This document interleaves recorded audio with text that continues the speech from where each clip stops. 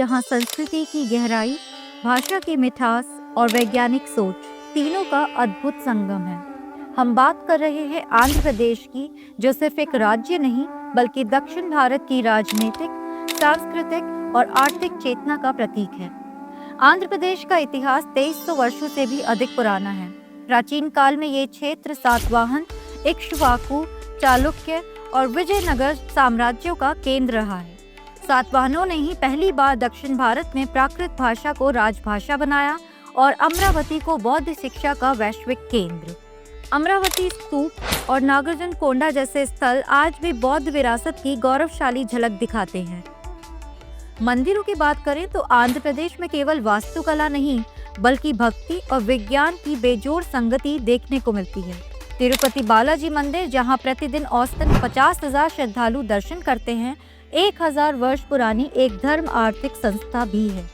इसका वर्तमान स्वरूप विजयनगर सम्राट कृष्णदेव राय की भक्ति और स्थापत्य कौशल को दर्शाता है।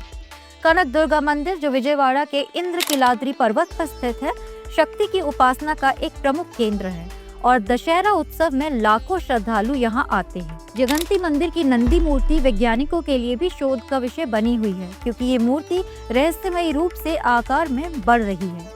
भूगोल की दृष्टि से आंध्र प्रदेश लगभग 972 किलोमीटर की सबसे लंबी समुद्री तटरेखा वाला राज्य है। यहाँ का गोदावरी डेल्टा भारत के सबसे उपजाऊ क्षेत्रों में से एक है। अराकू घाटी भारत के सबसे बेहतरीन ऑर्गेनिक कॉफी उत्पादक क्षेत्रों में से एक है। पापीकोंडा पहाड़ियाँ और लाम्बसिंगी जैसे स्थान इको टूरिज्म की दृष्टि से उभरते सितारे बन चुके हैं। आर्थिक रूप से आंध्र प्रदेश तीसरे सबसे बड़ी अर्थव्यवस्था वाला दक्षिण भारतीय राज्य है।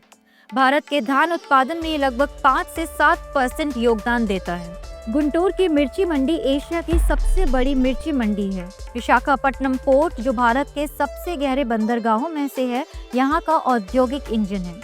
काकीनाडा और कृष्णापट्टनम पोर्ट्स अंतर्राष्ट्रीय व्यापार के लिए मुख्य द्वार बन चुके हैं। श्रीहरिकोटा से होने वाले इसरो के प्रक्षेपणों ने इस राज्य को भारत के अंतरिक्ष विज्ञान मानचित्र में केंद्रीय भूमिका दी है।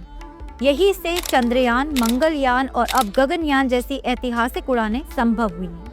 राजनीतिक दृष्टि से आंध्र प्रदेश भारत में भाषा आधारित राज्य पुनर्गठन आंदोलन का अग्रदूत रहा।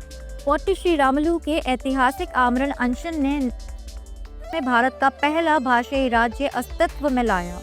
एन.टी. रामाराव ने न सिर्फ तेलुगु स्वाभिमान को मंच दिया, बल्कि जनहितकारी योजनाओं जैसे 2 रुपए किलो चावल योजना की नींव भी रखी।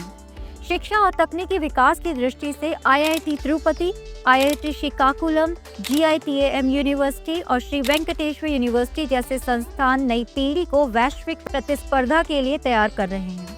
अमरावती आधुनिक योजना आधारित राजधानी, स्मार्ट इंफ्रास्ट्रक्चर और हरित निर्माण की प्रयोगशाला बन रही है।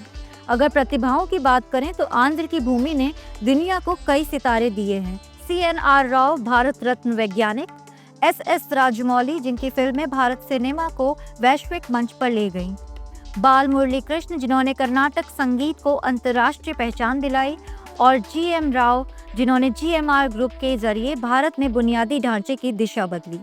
अंत में आंध्र प्रदेश सिर्फ एक राज्य नहीं, ये एक जीवंत विश्वविद्यालय है, जहां इतिहास पाठ्य पुस्तकों में नहीं बल्कि हर गांव, हर मंदिर, हर नदी और हर व्यक्ति की जीवनी में लिखा है। ये एक ऐसी भूमि है जहां परंपरा और प्रगति साथ चलते हैं और जहां से भारत को आज भी भविष्य की दिशा मिलती है। धन्यवाद।